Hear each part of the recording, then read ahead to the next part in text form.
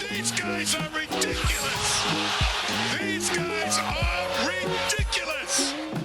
Now, how about them damn Celtics? And we are back with another episode of How About Them Celtics. Sam and I are here recording Saturday, June 1st, still in between breaks, or in a break, I should say, between the conference finals and the NBA finals. If my camera is frozen throughout the episode, I'm sorry. Hopefully the audio is fine, but I'm at the Auerbach Center and the Wi-Fi is terrible. So we're going to have to deal with it. Sam, how you doing today? Doing pretty good. Slept till like noon after getting up early to go to the airport and drop the girlfriend off. Went back to bed. Felt amazing. No wonder why you don't ever wake up. Nice. You could stay tuned today. We have plenty from practice on Saturday, I guess, and Friday. We can talk about Friday's practice a little bit too. Little Kristaps updates, what we know, the latest, and some NBA stuff. Zach LaVine, who I love very much, rumors. Timberwolves beef with Draymond. Then we'll have the rat list. Plenty of stuff. Let's jump in with some stuff from practice, starting with probably what the title of the podcast is, which is the Celtics plan to guard Luka Doncic and Kyrie. And I mean, to not bury the lead here, the plan is don't. Not really, but so John Corrales asked Joe Mazzulla, like, hey, how do you guard these two guys? They're like kind of awesome. Like they're two of the best guards in the world. And Joe Mazzulla went on this long-winded answer of like, you can't. And so you have to do everything else. And so I'll read it here. It's a long quote, but I think it's very relevant. And I thought was a really intriguing perspective. So he was like, how do Luka and Kyrie test great defenses? And Joe said, so the whole thing is that's what people like to focus on. They don't look at the game as a connected game. So if those guys play well, they beat you. They don't look at your offense. They don't look at your turnovers, your transition. They don't look at your second chance points, your execution on the offensive end. The game is connected, and it's not going to come down to just one thing. It's going to come down to the entire game. What was your transition defense like? What was your transition? Was your transition defense affected by your offensive rebounding spacing, your rim decisions, and your turnovers? Did you shoot the ball well? You have to score in order to win. You have to get back to once you get back in 5-on-5. Did you take away the necessary tendencies? Did you rebound the basketball? And so, like the whole thing in this series is going to be about stopping those two guys. There is no stopping them. There's defending them at a high level. And there's playing a complete game because every part of the game is connected. And so they've played 9 close games. We've played 4. There's going to be close games. The first 3.5 quarters are just as important as the last 2 minutes in the game. And if you look at the Minnesota-Dallas series, it was 4-1, but Minnesota was leading in 2 of those, maybe even 3 of those in the fourth quarter. And the things that they gave up are the things that you can't control over a long period of time. So we're not here to stop those guys. We're here to play a complete game of basketball and have an understanding of how each possession has an effect on everything else. They're going to score. It's what they do best. If we don't take care of the things that are within our control, then that doesn't put us in the best possible position to win. Again, sorry for the long quote, but I think it's important. And I think that's something that people do look over too easily. Like everyone's coming into the series like, wow, Luka Doncic and Kyrie are going to kill the Celtics. And maybe, perhaps, like there's a good chance those guys score a lot of points. Like Joe said, that's what they do. But that's not the only thing that goes into winning. And even if there are some possessions where the Celtics let them score, and it goes back to the Indiana series, like there were possessions where the Pacers got an easy bucket, but it was a product of the Celtics taking a quick bad shot, and then Pascal Siakam ran out in transition, got Derrick White on him, and like got an easy bucket. That wasn't because the Celtics played bad defense. That's because the Celtics played bad offense. And so I think Joe has put a huge emphasis on the everything is connected part of the game, and that's not really something that you see a lot of people talk about. And in a series with 2 great players like Luka and Kyrie, I think it's super relevant. You know who has talked about that is us. We talked so much about, specifically you. You are someone who's been hammering this for a while. When the Celtics don't see the ball go in the basket, sometimes they get grumpy and don't play defense and maybe don't put in the same effort that they should. It was kind of what we talked about when they lost game 2 to Miami. I don't know if we had a similar chat after game 2 against Cleveland. That one felt a little bit different, but the Miami one was one we felt that they should not have lost, yet things kind of got a little bit lax because the ball wasn't going through the hoop. So going against a team like Dallas, a team that has 2 offensive juggernauts in Luka and Kyrie, you do have to prepare yourself for that. It's a good thing that Mazzulla is keeping that mindset at the forefront of his game plan, because if you are going to get discouraged against Dallas when they're able to just target or run whatever offense they're trying to run with the ball in either one of those guys' hands, good luck, because there are going to be times where they just make a good play and you played great defense and there's nothing you can do about it. One thing I was thinking about with this series, Jack, and you can tell me if you agree or not. I think a great practice for the Celtics will be to get out and transition and try and run as much as possible, because Dallas is a team that likes to slow everything down. I mean, the way Luka plays is like in slow motion. He's phenomenal at it, but it's very like calculated. It's very slow. He's a surgeon. And if he's able to, just relax, play a slow paced game, it feels like it favors the Mavs. But if the Celtics are running in transition, those guys are going to get tired out a little faster too. It feels like it's not a perfect science, but just something I was thinking about as we were filling out the Celtics blog roundtable questions. Thank you. I was listening to Hoop Collective this morning, and they mentioned this too. Luka's done a lot better job of like pushing the pace a bit in the playoffs. Like he'll look for the outlet pass, he'll look for a touchdown pass that Jokic throws. And he's Luka, so he's perfectly capable of throwing them. He's sort of adapted to that play style this season a little bit more. And so I do think a fast-paced game definitely benefits the Celtics more than benefits the Mavs because of the pieces both teams have. But I also think at the same time, like you mentioned how good Luka is at dissecting the game. I think the Celtics defense is a lot better when they're set. Like we've seen that all throughout the Pacers series. Like when the Celtics defense had a chance to get into the matchups they wanted and settle down in the half court, they were just infinitely more effective. And obviously that's going to be more difficult with two offensive engines like Luka and Kyrie. But like Joe Mazzulla said, like if the Celtics are playing good offense and they can get set, then that gives them an advantage. If the Celtics are keeping the Mavs to one shot, that gives them an advantage. If the Celtics are playing the transition game well on both sides of it, that gives them an advantage. Like it's not all about defending Luka and Kyrie. It's about everything that leads up to those points of slowing them down. And I think the Celtics have a real chance to sort of dominate those areas and a slowed down pace, as much as it may benefit Luka, I also think it helps the Celtics defense. Okay. Yeah, on defense, I would agree. The thing about the transition fast break offense is that usually when the Celtics are doing that, it's because they're turning the other team over or the other team's missing shots and they're running off the misses.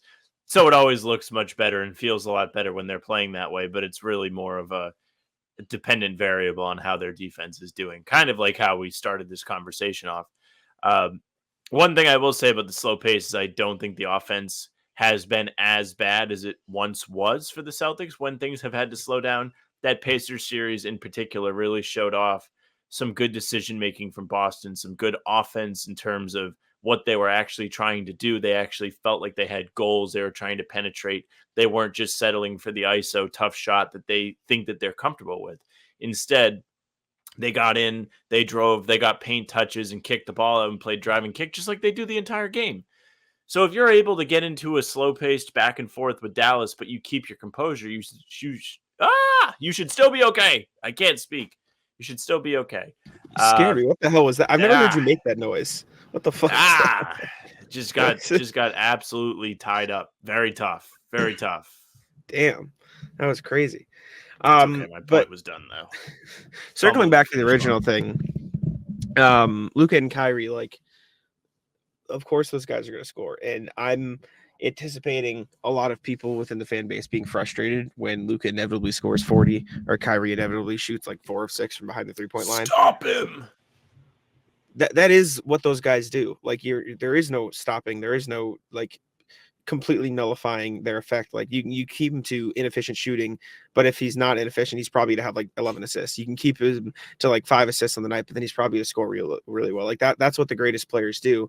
And so I think the Celtics are a good enough team where they can control everything else. And I think that's what's helped them throughout the season. Like I go back to it. I said on the last podcast, Donovan Mitchell played extremely well for a lot of that Cavs series when he was healthy, and it didn't really matter because the Celtics, outside of that game too, they did a good job of controlling everything else. And it worked out in the long run for him. Like Tyler Hero had that great game too, and the Heat won. But then outside of that, the Celtics were able to sort of like control him, slow him down, and do other things. And obviously Luka takes it to another level. But you've seen him control him in past years. You've seen him do it in the regular season.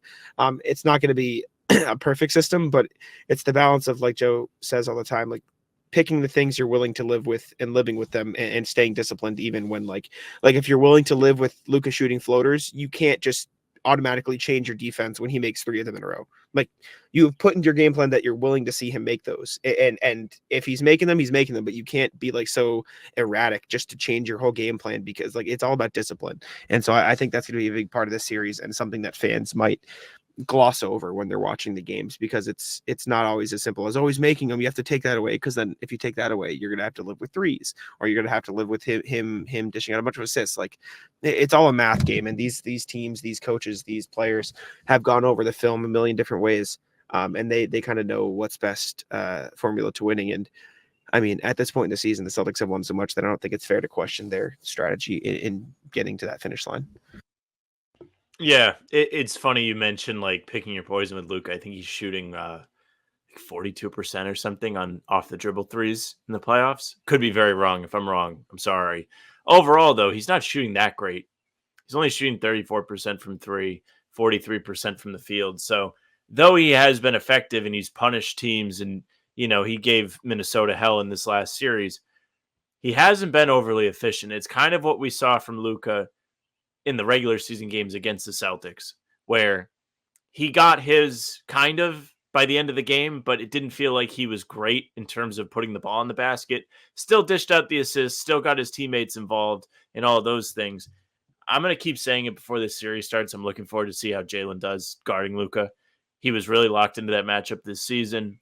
You guys know he told the media that he was really hurt that he did not make an all-defensive team. So he has just a great opportunity in front of him to play against one of the great offensive players probably ever and have the assignment of slowing him down. It's going to be fantastic when game 1 starts and it's not even Jaylen guarding him.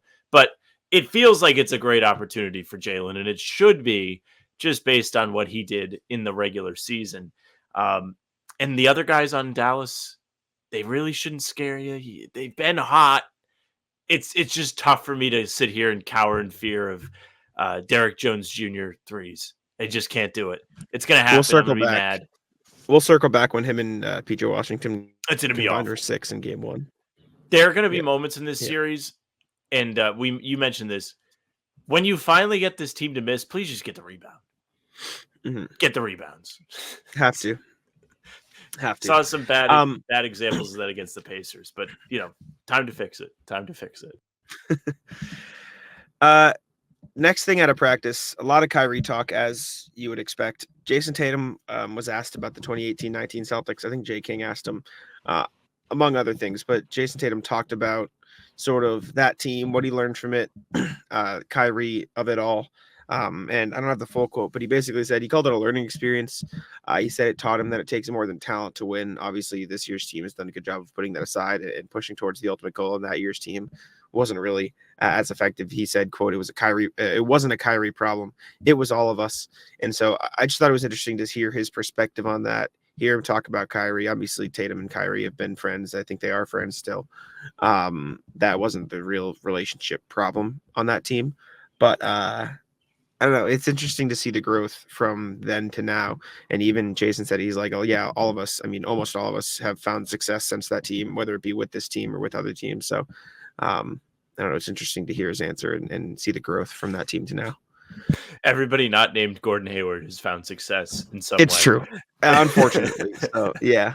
Unfortunately. Even Marcus Morris had a 25-point game in the playoffs this year, or whatever it was. Well, Gordon Hayward made the Eastern Conference Finals with the Celtics in 2020. They went on to and before he hurt his ankle, he actually was maybe the best guy in the bubble on the Celtics, for what it's worth. But all jokes aside, you had a very different answer on Kyrie today than you did from Horford the other day. It says a lot about the different relationships on that team. And I, for what it's worth, do agree with Tatum. It feels like there were a lot of issues. Like, you can look at everybody involved and kind of point at some weird external motivation that they had to have themselves at the front of everything instead of it being a team thing, much like you've seen this season where everyone's bought in, everyone's sacrificing.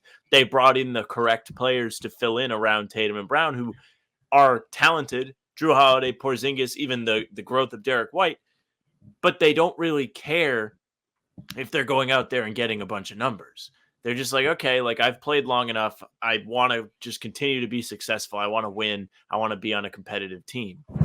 That year you had Kyrie with the weird contract thing hanging over and the commitment to the team he had made, and then things weren't going well and people were getting mad. He even called into 98.5. Did you see that clip go around? Kind of resurfaced this week. He called Is that in. real? I think that's real. As a I fake don't believe name and was like saying the fans messed up and everything. You can believe it, you cannot believe it, but it's out there. Go look it up and you can make your own decision. Prize Picks is America's #1 fantasy sports app with more than 3 million members. It is the easiest and most exciting way to get in on the action while you watch your favorite sports and players. You just pick more or less on 2 or more player stats and watch all the winnings roll in. You can now win up to 100 times your money on Prize Picks with as little as 4 correct picks. You can turn $10 into 1,000 with basketball, hockey, college basketball entries today on Prize Picks, America's #1 fantasy sports app. One of our favorite picks here at the How About Them Celtics podcast is the Drew Holiday blocks. It's usually 0.5. He just needs more than 0.5 blocks. That means 1 Drew Holiday block. And that pick is in the bag. Prize Picks is really simple to play. I can make my picks and submit my entry in less than 60 seconds. Download the app today and use code CLNS for a first deposit match up to $100. Again, download the app today and use code CLNS for a first deposit match up to $100. Pick more, pick less. It's that easy. Then you have Hayward, who's trying to come back off that gruesome injury. He's trying to get his feet back underneath him. And his role's a little bit awkward because when he signed with the Celtics, he was meant to be the best wing. He was going to be the guy. When he signed, he was going to play with Isaiah, but then Kyrie came, and that's fine. But now Tatum and Brown have come off this tremendous 2018 playoff run. And he's like, well, do I even belong still? I mean, both those guys just balled out. They're, of course, going to be a quintessential part of this team. Where does Hayward fall? And then his transition back into the team was really weird. Horford was the only one that it didn't feel like he had anything extra going on, but his contract was up too, and he had to weigh his options as the season went on. And I think at the end of it, we found out that he had committed to signing with Philly before the playoffs even started. So all of that being said, there were more, and Terry Rozier was also another problem. He thought he should have been getting more minutes, more shots, and all that. But with all that being said, Kyrie has become the poster guy for that year, the disaster. But if you go back and you think about it, there really were a lot of pressures coming from everybody. Now, whether or not Kyrie handled it great as the face of the team is another story, but it probably was not all on him. Yeah, there's definitely a balance to it all. I know you dislike Kyrie far more than I do. I still think there was way more that went into it than, like, I don't know. There was a lot going on at the time. Obviously, like his family issues. I don't fully blame him. I know the quitting on the team thing is the only part that really, like, I think doesn't sit well with me. But even that, like, yeah, it is what it is. I mean, it was how many years ago? 5 years ago, 6 years ago now. People don't whatever. forget. Like it happens. Yeah, I don't know. I think it's cringe, but whatever.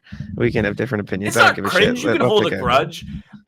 Listen, I don't hold as much of the other antics up as much as I just really hated the playoff energy you got from it. I thought it was terrible. But that's as much as I'll say about it. We don't need to keep talking about it because I really hate that this Kyrie thing is like hijacked the entire finals too. Exactly. That's why it's cringe. That's the whole point. Like, why? Who cares? It was 5 years ago. Like, get a new bit. I don't know. That's my thing. I don't give a shit anymore. I wonder if in Dallas they're like, hey, what if we all just prayed against Porzingis, prayed on his downfall? Probably not. Probably not as much. Well, I don't know. It is what it is, man. I don't give a shit.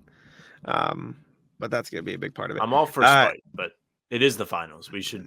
We have. I think we have done a good job about talking about everything else, even though we did a whole Kyrie video yesterday. Next thing, and this is what my Celtics blog article is going to be about. It's definitely out by the time you guys are listening to this. The Celtics have this huge break in between games. They've had a huge break in between every series, and this is the biggest one between the conference finals and the finals. Before the All-Star break, Joe was asked about like the break. I mean, how many times can I say that word in this segment? And he said, "I hate breaks. I wish there wasn't a halftime," which I thought was the most Joe quote. And so I asked Joe, Derrick White, and Jayson Tatum about it today. Joe said, just relaxing, getting out of the fight, letting your emotional and mental guard down. You just got to keep those things up. So you have to create havoc in practice. You have to stress the details, overwork them in the film room, and just do everything you can to make sure the guys stay in the fight. But I trust those guys. They're professionals. They've done a lot, so I don't really have to do much because of who they are. Tatum and White both spoke about it. Derrick White said the coaches have done a good job of sort of keeping them locked in. Tatum said it's been nice to give the body a rest, but at the same time, he does wish the final started a bit sooner. It's just such an interesting balance to me because, like, it is so natural to sort of just let your guard down and be like, okay, cool, now we can rest and just chill. But at the same time, like, the biggest games of the season are in a week, and there's got to be a balance between all the guys have talked about, like, yes, this rest and rest is like painted as this massive advantage that these teams have. But then at the same time, going into the season, everyone was like, oh, load management doesn't work. And so if load management doesn't work, wouldn't that apply to just general rest that these teams have quote unquote earned? Like, won't they get rusty? It's not the exact same, but like it's similar enough to where, like, why is this huge break in the playoffs treated as this massive, unbelievable advantage that these teams have, but load management of keeping a guy, healthy and resting them for stretches throughout the season is the worst thing in the world for you? Like, that doesn't make sense to me. And I think even past the just physical aspect of it, like, mentally staying locked in those moments is important too. So I was interested to see how they've been handling in practice, and it sounds like Joe is just like keeping on them, which is probably a good thing, but at the same time, like, giving them time to rest. I despise the breaks. I'll tell you what, it does give us a good chance to see if we still have our August fastball ready to go, and we do, clearly. Look at us dominating, putting up videos every single day. But back to the point of Joe and keeping these guys fresh, I thought the load management thing that you just said was pretty interesting, because I do think of load management as like a negative thing. I've talked about, like, it feels like a use it or lose it situation. But the good thing about the playoff rest, which is a scheduled rest, or not a scheduled rest, an earned rest, well, load management tends to be a scheduled rest, is because this is an earned rest, the team itself can do what it wants with the time. So they're able to have back-to-back practices like we saw Friday, Saturday.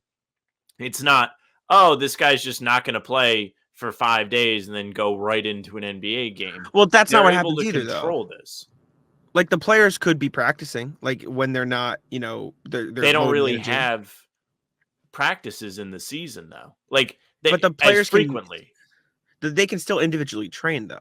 Like it's not like Kawhi is having these load management press stretches where he's not sniffing a basketball court for 5 days. Like, he's probably still training with trainers. He's probably still on the court with coaches. He's just not playing in the games. It's so, still like, different. Yes, but it's not different enough where one should be treated as this, like, obscene advantage and one is like the worst thing in the world for you. That's where I feel like a disconnect is, and it doesn't make sense to me. And I'm not saying you're saying anything against that, rust, but is like a conversation people have had forever, especially in the playoffs, right? Like, we've talked about, like, oh, like, this team, are they going to be able to show up in game one after sitting there playing patty cake for a week?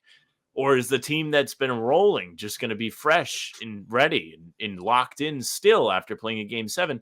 This year, we have found that the Celtics are good at the rest. Whether or not it's just been coincidence or it's been they have found a great way to utilize this time is another story. But the statistics tell you they have played, up to this point, 3 short series. All 3 of them started after a good amount of rest. And they came out in game 1, aside from the Pacers game 1, I suppose, and played pretty well. And they still won the Pacers game 1, but it was the shakiest of the bunch. They are a team that is equipped to do this, but not every team is like that. You're absolutely right. I don't think it's impossible to say sitting there for a week before these games is the greatest. And I don't know if you mentioned what Tatum said, but I saw Noah put up the clip. He was like, yeah, just anxious for it to get going. Wish we didn't have to sit around as long. And I feel that. It's like icing the kicker, except you're icing the whole team a little bit before the finals.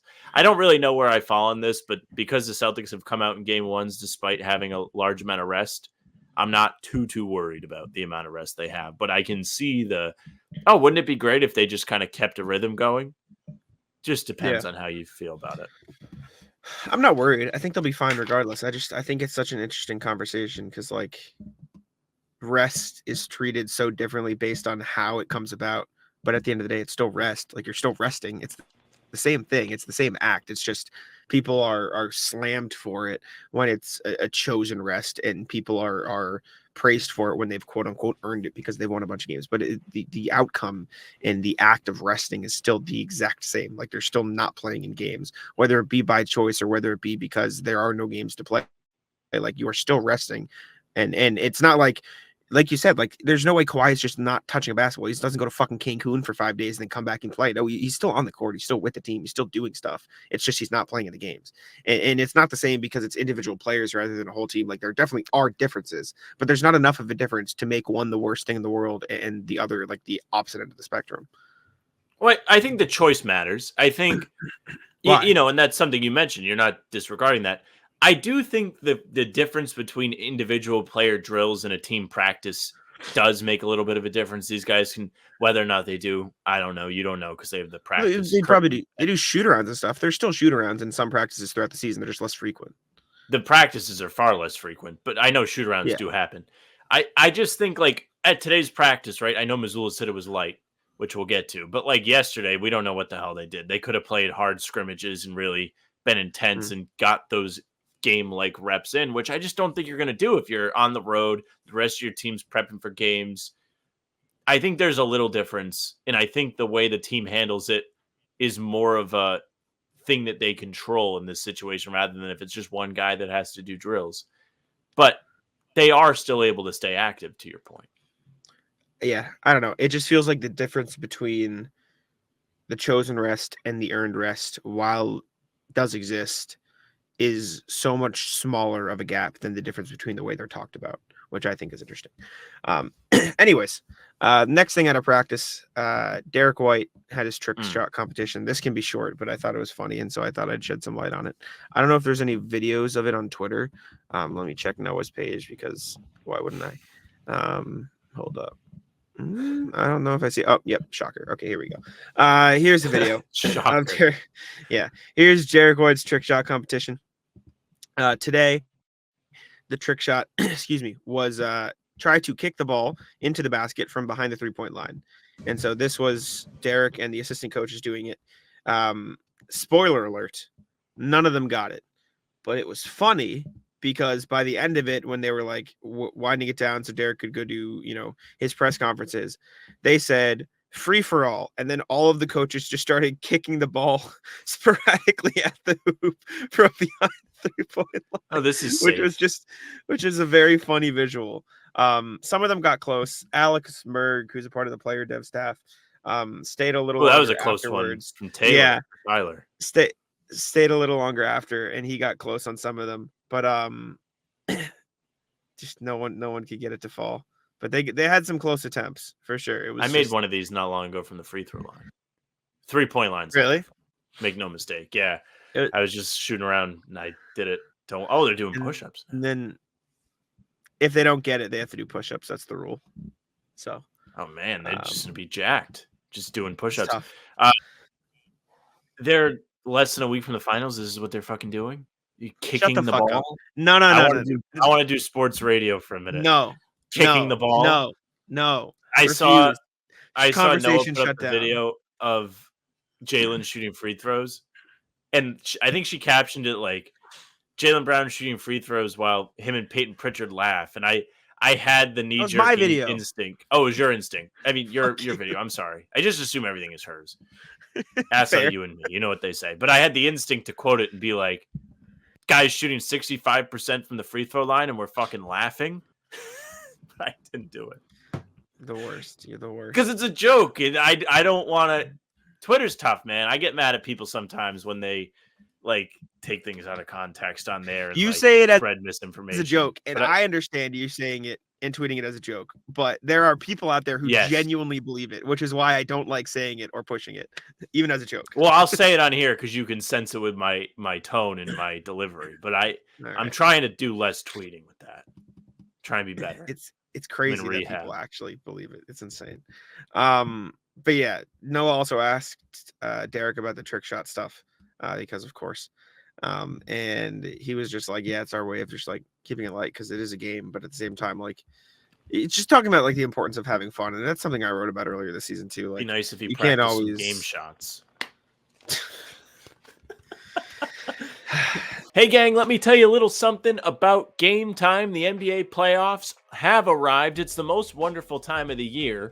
Who doesn't want to get in on the fun? With Game Time, you can experience it with your own eyes. Get yourself great seats to games with even greater prices. That's right. You can save when getting your tickets with Game Time. It's an authorized ticket marketplace of the NBA, which makes getting those playoff tickets even faster and easier. Plus, the prices on Game Time usually go down the closer it gets to tip-off. Who doesn't love to save a little bit of money? I certainly do. I used Game Time back in March when I took the lady to a game. We went to see the Celtics play our Pistons, and it was great. I could look and see what the seat view would be just using the app.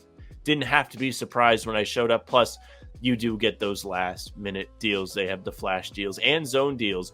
Zone deals, which you can choose a section of the arena and let Game Time choose those seats. You'll save a little bit of money that way.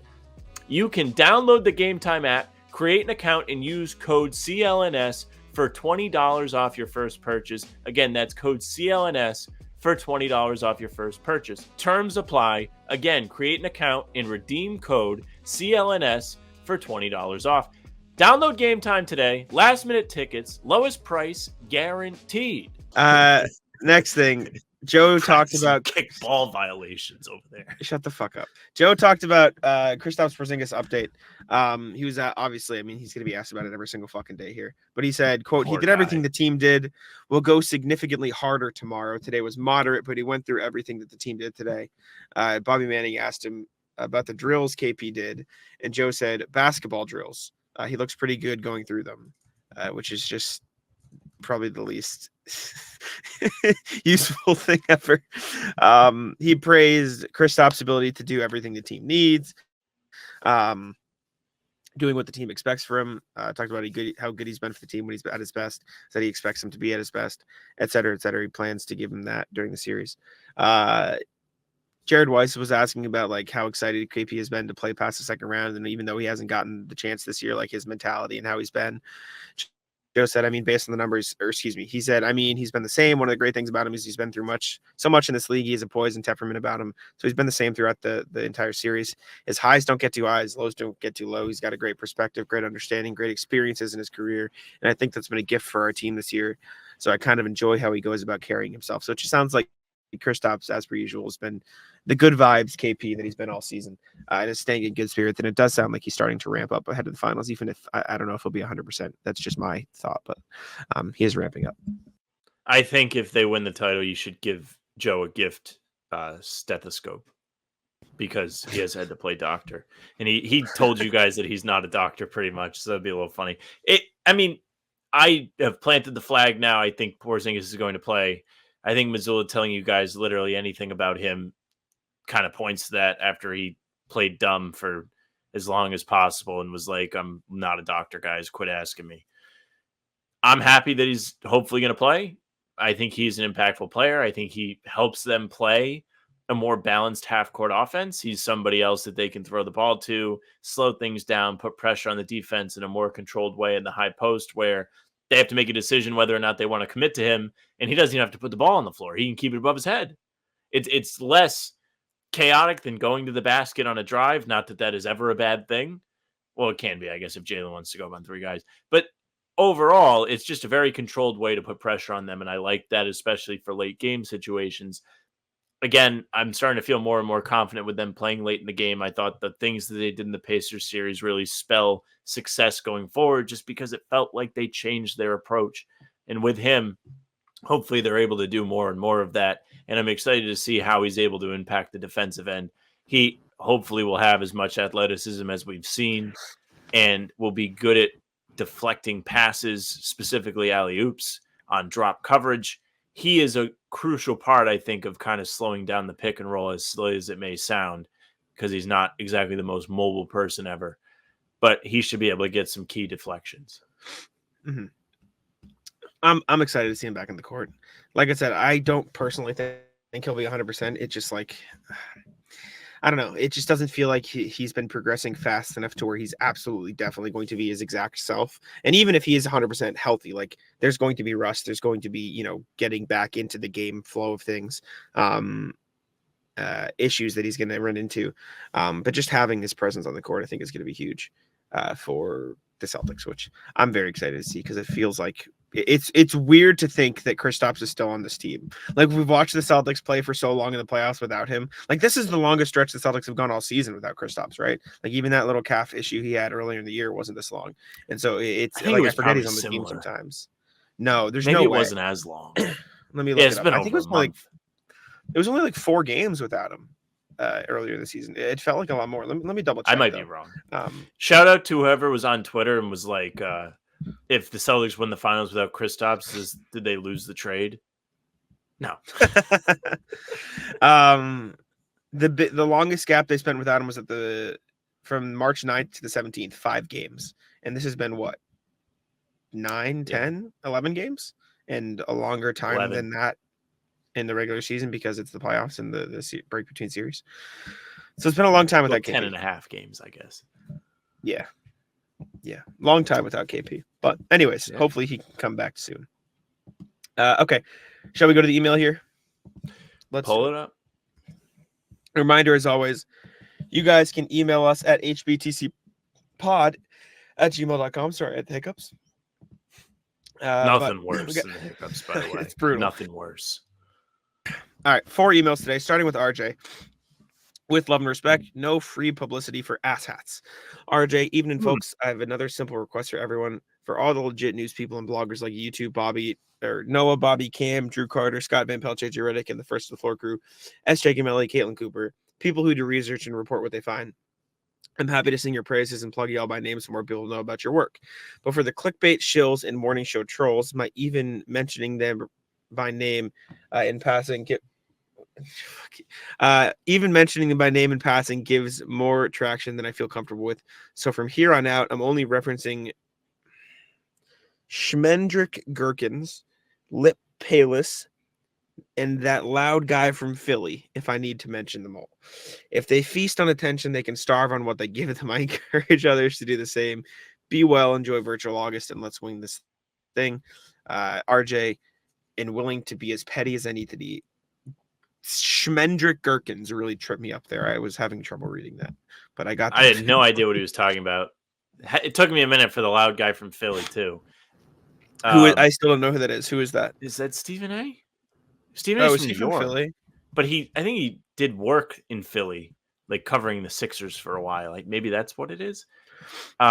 Overall, kind of agree with RJ wholeheartedly. Quit fucking talking about these people. If you don't like what they're saying, quit sharing their videos on Twitter.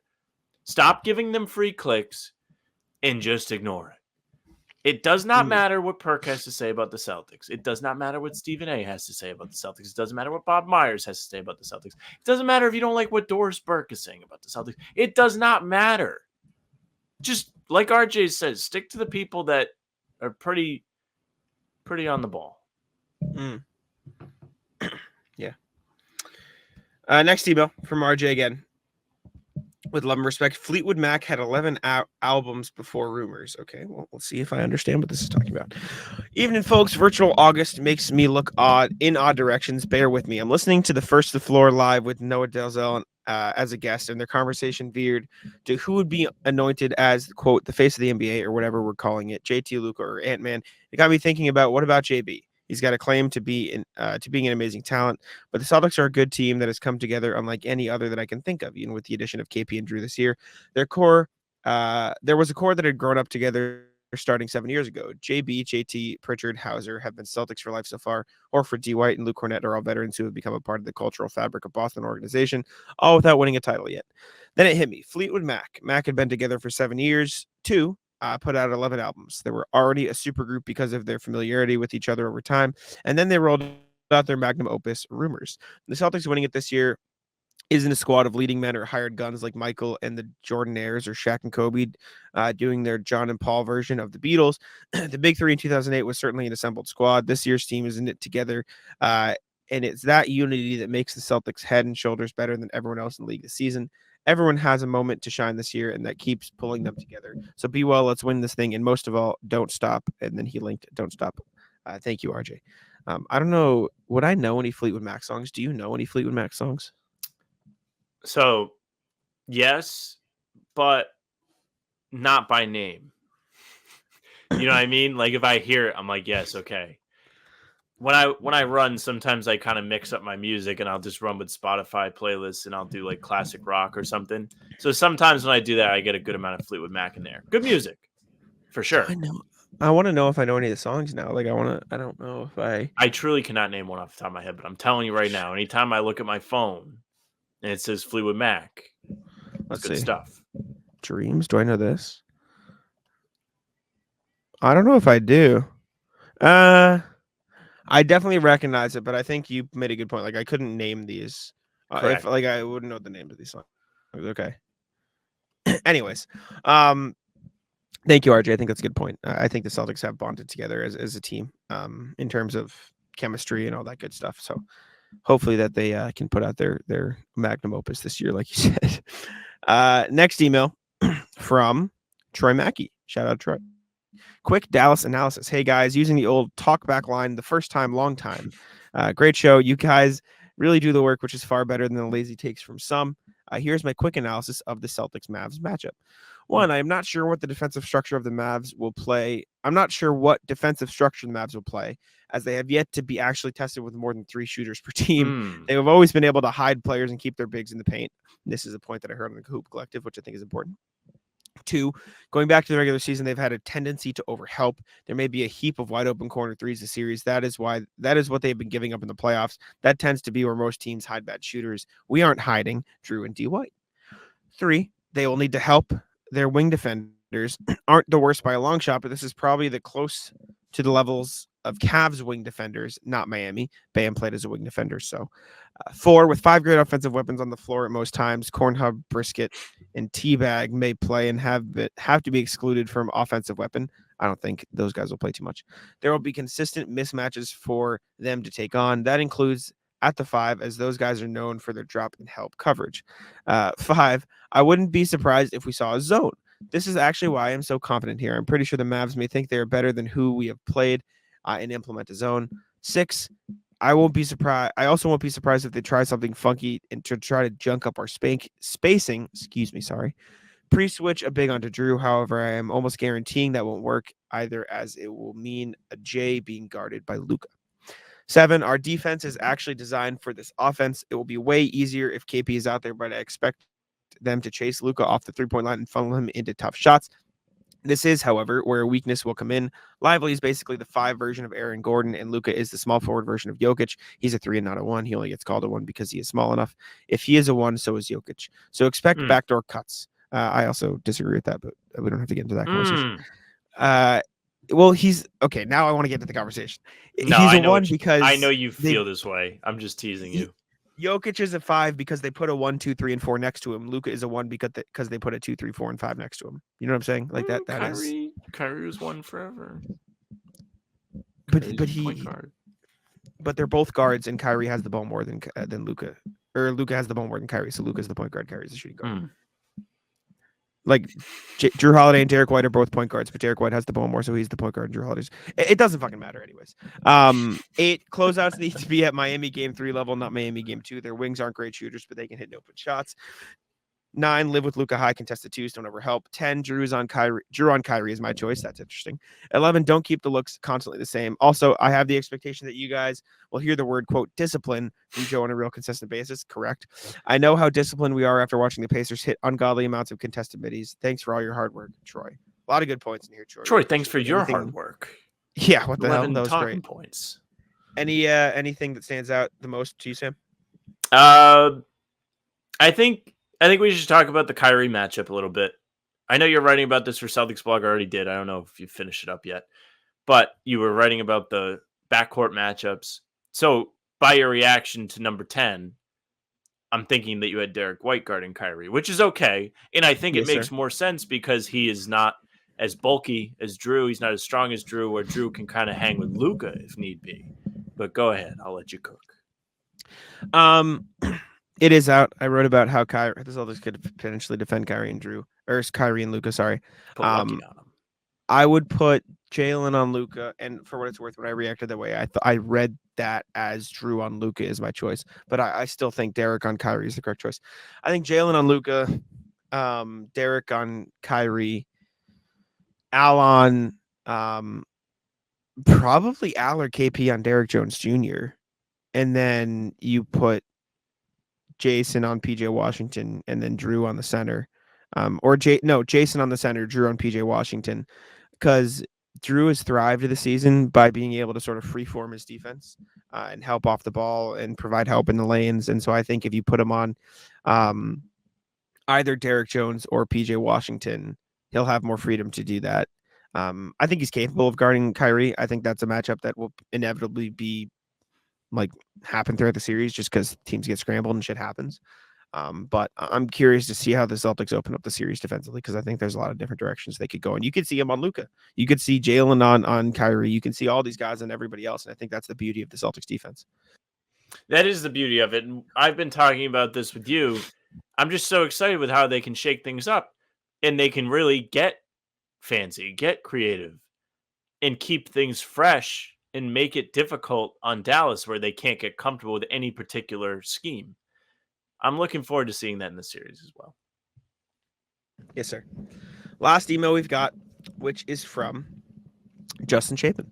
View of the finals. HBTC. I'm predicting the Celtics in 6, assuming we can get 10 to 15 minutes of semi-healthy Porzingis. Here's how I see the matchup comparison. Are the Celtics better than they were in 2022? Yes, this team would have won the finals. We were 8 minutes, an injured center in Williams, and a bum Tatum wrist away from that being up 3-1 in that series. Are these Mavs better than the 2022 Warriors? It's doubtful, but even if they're as good, we still have room for error. Beyond these obvious comparisons, I really feel the Celtics have been playing at around 80%. It's been injuries that have brought them up short every year. IT's hip, Kyrie's ego, Hayward's ankle. That's funny listening to that as an injury. Hayward's ankle, Kemba's knee, Jalen's wrist, Williams' knees, Tatum's ankle, Smart's ankle. The list goes on. Except for Porzingis, we are healthy. This is our year. Thanks for all the great content. Go green, Justin. I agree with these points. I also just think it's funny that everyone has been thank you for listening. I was think it's funny how all the national media, and again, it doesn't matter. It's just been look at all these injured teams the Celtics are facing. They're healthy. No, they're not. They've just they're just well equipped to handle an injury better than other teams. What the hell? I mean, Justin even lost my injured knee last year. Put me out there in Game 7. They only lose by 20. Man. Thank you, Justin. All right, let's move on to the NBA. Starting with your favorite player in the NBA, Zach LaVine. According to Casey Johnson of NBC Sports Chicago, the Bulls' asking price for LaVine has dropped significantly. A lot of talk about whether they'll have to attach assets to dump him. Casey Johnson said with LaVine's market barely materializing, it appears Chicago might be willing to simply perform a salary dump deal. I don't know. It's tough. It's a tough look. I still think LaVine's a fine player. I think if you put him in the right situation, he'll be fine. He's just not a $45 million player. We're running into the Tobias Harris level of discussion. It's unfortunate, but that's where it is. And that's kind of how it's going to happen. So Zach LaVine is somebody that would maybe 3, 4, maybe even 2 years ago was always on those Twitter posts that was you got to pick one. And it's him, Devin Booker, Jalen. It's how did he get in there? It's the meme of the soldiers, and then there's one clown also scaling the wall with them. That's what it's been. And I've been hammering that I don't think LaVine is a very good thing forever. I never thought he was worth as much money as they pay him. And now it looks like Chicago has found this out the hard way. They have paid him. He's making money. They tried to trade him this season. Nobody wanted to trade for him because he makes too much money and his impact isn't quite there. And now you're getting to a point where they're going to have to literally give up more things to get rid of him. And the Bulls are already in a tough spot. They already don't have that much talent, at least top tier talent. DeRozan's fine. Vucevic is fine. But they don't have anybody that's going to win you enough games to get into the playoffs. They've been playing losers the last couple seasons, and they haven't done anything to make the roster better. So good luck to them. Where do we think LaVine's going? Probably the Lakers. Because the Lakers are getting everybody. I know you've mentioned this. The Kings are also a very, very appealing fit, if you ask me. I like the Kings. I think the fact that his market is so low now should open up more opportunities for teams to trade for him. The Bulls suck, man. Fuck the Bulls. Bulls are tragic. Cavs, go get him. Nah. I don't like it for the Cavs. I don't hate him for the Bucks. I don't know what it would be, but yeah, I don't hate it. I know the defense wasn't That's good. down bad right there. Well, if the price is just a salary dump and you can move like nothing for him, like I don't hate it. Talent is talent. And I think he could. I don't know. I think the Magic are intriguing. If they could just get him for nothing, like get a shot creator in there, get some sort of offensive hub with a good defensive structure around him. Sixers would be fine to be a third option there. That's where I was going to go. I was going to say salary dump, team that has $1 billion to just throw around, Sixers. Mm-hmm. Even Milwaukee, though, like you mentioned that as a salary dump, it feels like everybody that makes money for them is somebody they like. Lopez just got the contract. Giannis makes a bunch of money. Dame makes a bunch of money. They pay Middleton healthy. Besides that, like, where are you piling up the money to get? Unless, listen, like, if you're Milwaukee, you may have a Celtics situation on your hands where you come up short a couple seasons in a row, first round exit back-to-back seasons now, and you're kind of like, well, something has to change. So you give up maybe a Middleton. Well, they did, but now they're like, oh boy, we're really in trouble now. Down. Listen, I thought the Lillard thing was bad all summer last year. I told you a billion times I don't think he's going to be somebody that's worth the money he's getting paid. But going to go get Zach LaVine is another level of just down bad. It's true. Interesting one. If you're the Jazz and you don't have to give up anything, and you can get the Bulls to give you like a couple seconds, do you do it? Maybe. The Jazz are one of those teams where they're in a weird spot because they are kind of good, but at the same time, if you trade for Zach LaVine, he's going to have a similar role that he had in Chicago, where he's going to be one of the top two guys at the very least. He might end up being your number one. You've seen that he's not fantastic in that. Whether you want to look at the stats or not, like, he's just simply not winning games as that guy. So if you're going to bring him in, it does feel like he's better suited to be on a team like a Philly or even Milwaukee. By Houston, it's the same thing. Like, I don't think LaVine is the trade for me guy to bring your team up a rung on the ladder, especially in the West, where the West, we saw it this year. What were the records of the teams in the play-in? Like, yeah, but the difference is the Rockets going up a rung in the ladder with LaVine isn't going from playoff team to title contender. It's going from not making the play-in to making the play-in. And I think LaVine gets you there at the very least with the roster they have. The Rockets would become the abyss of mid. You would have Zach LaVine and Fred VanVleet as your money guys. I mean, they've already fucking committed to that now. Well, they haven't. That Fred VanVleet thing is up after this year, I think. Like, they put themselves in a good spot where they were paying somebody probably too much money, but they're still flexible. They perfected the overpay, I think. Good money, just not a lot of years on the contract, and you're kind of not handcuffed to that. It's going to be the Lakers, isn't it? Lakers are getting everybody. Welcome back. I actually saw something. Jovan Buha, the Athletic, said that they're not interested anymore, so maybe not. That's really down bad. If you're Zach LaVine and the Lakers don't want you, the Lakers want everybody. I don't think it's they're not interested in him. I think it's there are better options, and he would be a last resort. Like, they'll go after Mitchell, they'll go after Trae Young. You know what I'm saying? Now that there are people available. Still, yeah, brutal. Anyways, next NBA thing. Speaking of the Lakers, the Pelicans are going to defer their pick this year to next year, meaning instead of taking the Lakers 17th overall pick in this year's draft, they're going to be taking the Lakers pick next year. I think this is stupid. I think this is really dumb by the Pelicans. I think the Lakers could be a little better next year, if anything. Like, I mean, Lakers are getting everyone. Not even that, but like, it's not like LeBron and AD had a bad season. AD had a great season, and you could argue maybe he's not going to be as healthy. 9th.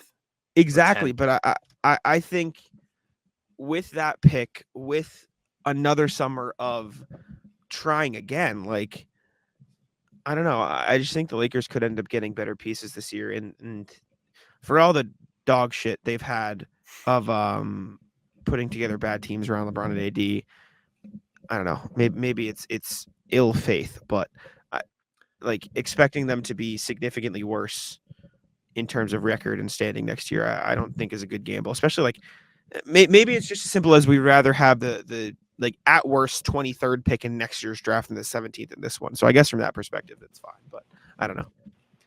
I just think it's funny because, like, last summer, right? We had a conversation about the Lakers when free agency happened. And we were kind of talking about, are the Lakers, or like, who's making the best moves in free agency? And you really felt like they did a good job. And you are not somebody that's a ESPN guy that is required to bring up the Lakers. Like, you legitimately felt like they made good moves. And yet this season happens. LeBron and AD are healthy. You mentioned it, like they had a good season, yet this team was still not good. In free hindsight, agency is still not like is not the same thing as it used to be, where there's like real talent available. It's more like, which is, I guess they need the fringe guys, but like any substantial acquisition you're going to make is through trade. It's not really in free agent signing anymore. in hindsight, they probably didn't have enough shooting. I also think in like an underrated part of it is like they're gonna have a new coach. Like I do think a new coach will help because I do think a big part of their failure was Guy that's never coached before. I just heard a lot of complaints about the way Darvin Ham was running lineups. Like Darvin Ham didn't have their best five out there to start the games a lot of the times and all that stuff. Anyways, whatever. It doesn't matter. I also think that part of it isn't even Lakers based. It's just this draft class kind of sucks, and so the Pelicans are like, all right, fuck that. We want the pick next year. It's true. That's very true. Well, another thing about this draft class is it's not very good at the top, but you may end up getting sleepers, is what I think Tyler Rucker told us. I think we may. Yeah. Like, I think this might be a good Celtics draft to pay attention to, because at pick 30, they may be able to cap. Well, they probably won't pick at 30. You know they're going to trade. But I was gonna say. like even in the second round, right? Like they're going to have a couple second round picks, and it's like, well, what if they got this guy, and then they don't really have to commit money to him, and he can be somebody that they bring in to eventually be a supporting cast member of this Celtics team going forward. Yeah. We'll see. Also, Pelicans, Zach LaVine, maybe. Brandon Ingram. Perhaps.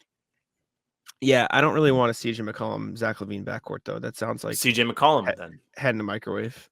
Maybe. I don't know. I think LaVine would give you a better version of what Ingram is supposed to give them if Zion is healthy.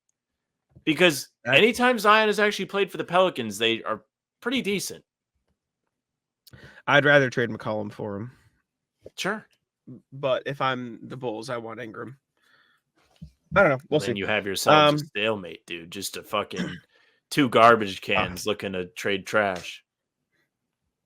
We'll see what happens.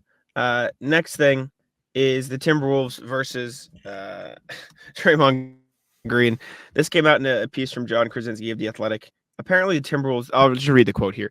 No player would appear on TNT's Inside the NBA after their victory in Game 4 in Dallas. The decision was a sign of support for Gobert and Towns, were the subject of derisive, what is this word? And seemingly personal criticism from panelist Golden State forward Draymond Green. What is derisive? What is this word? Do I not know this word? They just fucking mean. Expressing contempt or ridicule. Oh, interesting. I didn't know that word. Yeah, Draymond is kind of an asshole to those two guys. And so, I mean, hell yeah, I like this. If I'm the Timberwolves, fuck that guy. I agree. Fuck them. Yeah. Fuck the guy. If I'm a Timberwolves fan, I'm pumped. I'm like, this is a good group. They stand up for each other. This is another thing. Like, why is Draymond everywhere? I think Draymond's podcast is a good thing. I think Draymond is good behind the mic. But Draymond's good behind the mic in his own setting. I don't think he needs to be on national television. We're going to do the rat list in a minute, so I guess like I'll just empty the clip on this now. But like he's on the fucking Champions League final panel today. I don't know if you've been scrolling Twitter. He was just fucking on the TV today. Yeah, he's in wherever they're holding the Champions League final. Him and Embiid were just on the panel. They just had him show up and talk soccer with the gang. What the fuck? Do we really need more Draymond right now? Especially with inside the NBA, like maybe being in its twilight, do we really need to have Draymond in the mix? Does he really add anything? I don't think so. I think Draymond's funny in his own setting, but he does not need to be like thrust into everything. I think Draymond is a good personality, and so I get why they want to have him on, and it does keep things relevant, and so maybe that like draws eyes, and he gets clicks, so that's what matters. But it is weird. I don't really know why he's everywhere. But anyways. I guess it doesn't really matter. Last NBA thing before we get to the rat list. keep it quick. We can talk a little bit, but Mike Brown has finally extended with the Kings. There was this weird period of time where they like tabled talks. It looked like it wasn't going to happen, but now he's going to be there for a few more years. Those tabling of talks never made sense to me. I mean, this guy's helped turn the franchise around. They made the playoffs for the first time in a million years. He's very clearly a good coach. He's a good player coach. He's a good motivator. So good for Mike Brown. Good for the Kings. Yeah. Just got to see the Mike Brown video of him sprinting the sideline this morning. Good for him. Mike Brown, by the way, he was not on a playoff series. I saw people kind of being critical of the extension on Twitter, just being like, yeah, he got paid $30 million to be just okay. But he has been the most successful Kings coach in forever. So if you're the Kings, you have to like cherish him a little bit. And there's also a piece to that where like it's also just the Western Conference. Like it is just really tough to win consistently in the Western Conference. But just him and Doc Rivers all set through that 26-27 season. All set. Taking care of Mike Brown, though. I like Mike Brown, so good for him. It's a lot of money for a coach. Or maybe it's not, but it feels like a lot. 10 mil a season. It sounds like that's around what good coaches are getting nowadays. I mean, Ty Lue got it, Monty Williams, woof, he got it, but like a lot of coaches around the league, you feel like you're getting that much. So I guess it makes sense if you got a good coach and you want him. And I'll put it this way. I feel like if they didn't pay him, the Lakers probably would have swooped in and said, fuck JJ Redick, we'll give him money. Like there are teams around the league that would have jumped at the chance to pay him. I think you're getting similar like to, we need to play our player. Another team will take him. I think you're starting to see that with coaches. Like Jason Kidd and Ty Lue got their extensions after there were rumors that the Lakers could want Jason Kidd or Ty Lue. You know what I'm saying? So like there is a lot of Lakers have changed. The Lakers getting everybody has changed the landscape of the NBA. Even also, NBA GMs and front office people are sick and tired of the fucking Photoshops. That's what we've learned. Also, local kid Brian Keefe, officially the head coach of the Wizards. So good for him. W. Oh, good for him. Yeah, he was the interim coach. He's from, where is he from? I know he's from Mass, but I just forget where. He's from Winchester, Massachusetts. W. Good for Brian Keefe. Right outside the city. All right. Ratless time, Sam. What you got? Ratless, whoever pulled an AK on Isaiah Thomas. Did you see this? That's insane. I did. That's crazy. I'm laughing, but it's fucking scary. So Isaiah came out, and if you haven't heard this, he said he was out and somebody just kind of pulled up and pulled an assault rifle on him. And then was like, oh, wait, no, I know you. I'm not going to kill you. I know you from the NBA. Like, what? What is happening? That is unbelievable. Insane behavior, man. That's crazy. Is it anti-Ratless because they didn't kill him? No, it's Ratless for that being allowed. It's Ratless. That's horrendous. What are we doing? I don't know. I don't have much. I've just gone to the Auerbach Center the past 2 days. Ratless, the Auerbach Center Wi-Fi. I have to sneeze. Sorry. Yeah, Ratless the Wi-Fi. Ratless Amit. Now, whenever Amit sees me, he just flips me off now. I think that's just our relationship. So you guys have whatever. You have beef now. Ever since the mixtape came out. Maybe he heard you say that Amit fucked you over. And he's like, I don't like that. I walk in the Auerbach Center yesterday for practice, and the whole CLNS crew is there. John Zanis sees me. He just goes, Amit did you dirty. I'm like, I fucking know. This whole hoops thing is kind of spiraled though. Like Tim McMahon, I don't think it was at us, but he tweeted like looking to get some runs in Dallas. So maybe we'll just play with some ESPN guys. But they also talked about it on the Hoop Collective podcast. They were roasting Jay King's pickup game and like referencing the Celtics media game. So this is like people have seen this, unfortunately, and that probably also means they saw GTA fucking wasted over my dumbass. But it sounds like there could be some fun runs in there. I think we might go play after practice today. We're going to play me, Noah, Bobby, and Richie, and I don't know who else, but maybe. But a lot of people have seen this. John Corrales came into the Auerbach Center yesterday. He goes, next time you want to ask me about playing, the answer is fucking no. You're just getting roasted, dude. I'm telling you. I don't think that's why though. He goes, there is so much fluid in my knee right now. I fucked my shit up. So I think he's not. Yeah, so Corrales, I think Corrales is unfortunately out.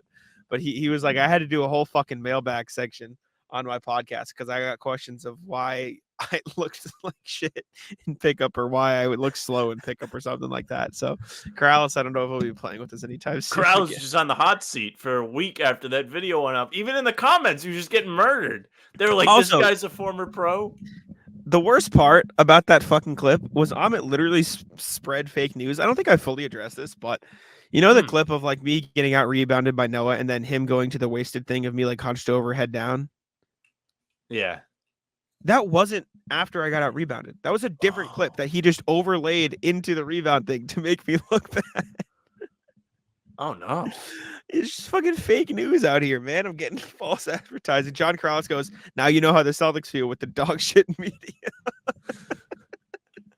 It's true. It's very true. Brutal. I had something else to add with this. Don't move on. Oh, imagine you guys played full. You guys are playing half court. Christian was trying to get us to play full, and John was like, Christian, please. Respect to Christian. Big respect. We couldn't play full, though. There was a volleyball net in the middle of the court, like on the court we were on, so we couldn't do it. So we thought about it. It was an option, but it didn't end up happening. Oh, man. What time are you guys playing today? I'm on the fence. I don't know. I have no idea. I genuinely don't know. It depends on when everybody finishes their work. And for what it's worth, I think we're literally just going across the street, and so we will just go right from here to playing. So it's up to you. Yeah. But I can let you know. I can't decide. I'm gonna have to look at my GPS and see what the drive is.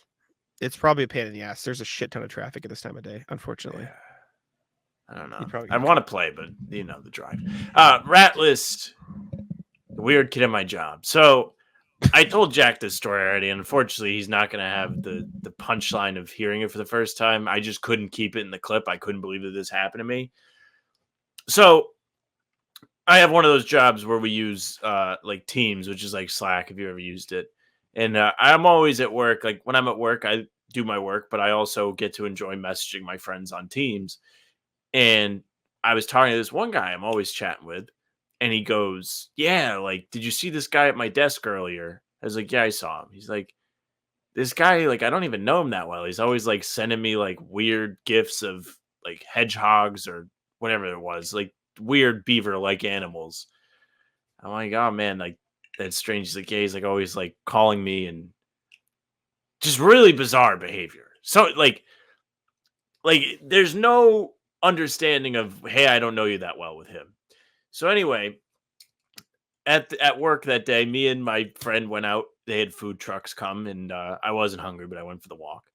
So my friend gets some empanadas, and we run into this other guy that doesn't work in our department. So I'm meeting him for the first time. Apparently he likes the Celtics, so I'm talking to him about the Celtics, as one does. And then the other guy, the hedgehog guy, comes over, and he starts talking to my friend, and my friend has his food. And the kid just kind of like looks at him and starts reaching for his food like real slow. And he's just like, may I?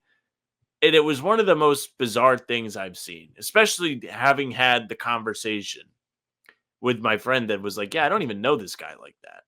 So anyway, I have my big ass jacket on because it's cold in the office. I've taken it outside with me and I have my hands in my pockets crossed. So I am protected. But this dude starts reaching for my pocket where my keys are. And he goes, may I? I've never met this guy before. I've never even talked to him. This is my first interaction. I said, no, I'm good. Like, get away from my keys. I don't know what you're doing over there. And they like walked away. What a bizarre first interaction. That's let them ruin your day. You're reaching for my waist. I don't know what you're trying to do. So when you were telling this story, like all I could think about was this, and hopefully you'll be proud of me. This is all I was thinking of during that whole thing. Give me that. What? Give me that.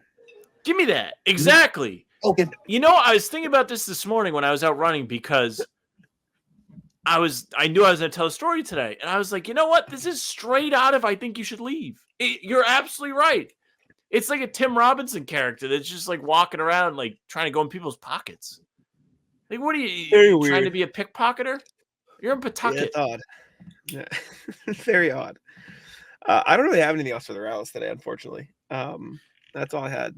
That's pretty light. Rat list Buffalo Wild Wings. Buffalo Wild Wings. We talked about this on Wednesday. I was very excited to go. We recorded the What was the pod, then I line? went out to eat. 30. I set The mine line at was 23 and a half. 30 and a half. Mine was 23 and a half.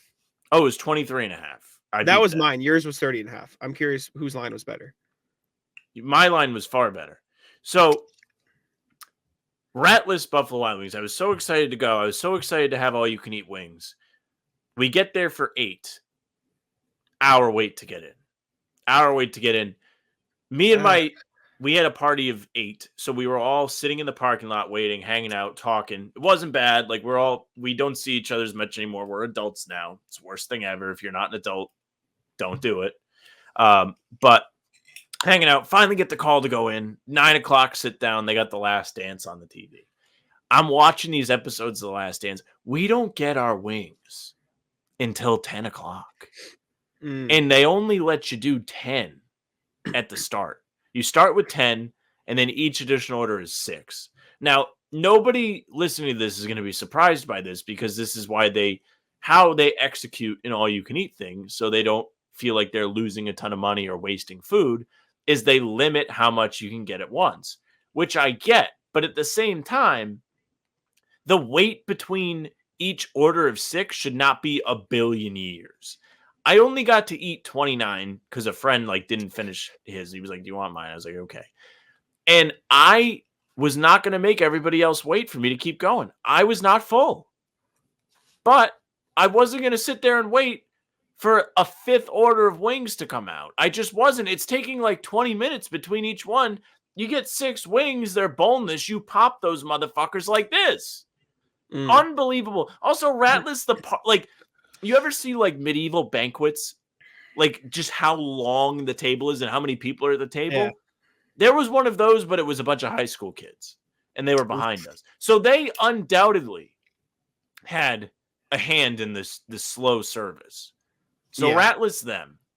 Nothing also Ratless, nothing worse than going into Planet Fitness and they got the summer of high school kids working out free flyer up.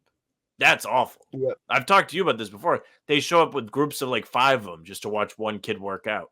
They're just standing there while he's lifting weights. It's awful. Brutal. Maybe I just don't like high school kids. I believe it. Start of the show talking about the break between the finals, and the show talking about the break between wings. Appreciate y'all for tuning in. Oh, make sure. Come on. Look at the consistency. Thank y'all for tuning in. Talking about how much I hate high school kids. Well, we can let me have. I am very unlike Drake. All right. Thank y'all for tuning in. We appreciate it very much. Make sure to leave a like, subscribe to the channel, turn the notification bell on. I'll let Tim take it out. Yeah, thank you very much for listening and watching. Make sure you subscribe to the channel, hit the notification bell so you don't miss any of our daily uploads. We're coming at you with something new every single morning at 5 a.m., whether it's these pods Tuesday, Thursday, Sunday.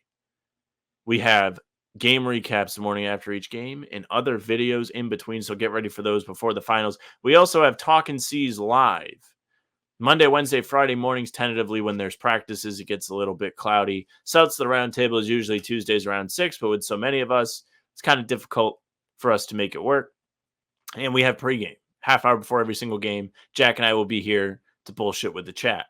You can also find us on Spotify and Apple. If you want the audio versions of the pods and game recaps, those are there for you. So if you give us a follow, those will go right to your feed. It'd be really nice if you give us a 5-star review. We would appreciate that very much. You can also find our email, hbtcpod@gmail.com. You saw a bunch of people did it today. That could be you. You could be like them. You could be featured on the next pod. Definitely go ahead. Let us know your thoughts on the finals. Send us your rat list. Whatever it may be, we love to hear from you guys. You can also find us on socials at How About Them C's, Twitter, Instagram, and TikTok. The Facebook is just the name of the podcast. Our streams are there. They're on YouTube, and they are on Twitter. Jack's Twitter is at Jack's Money NBA. Mine's at Sam LaFrance NBA. That's it for us. Bye. Tic-tac-toe.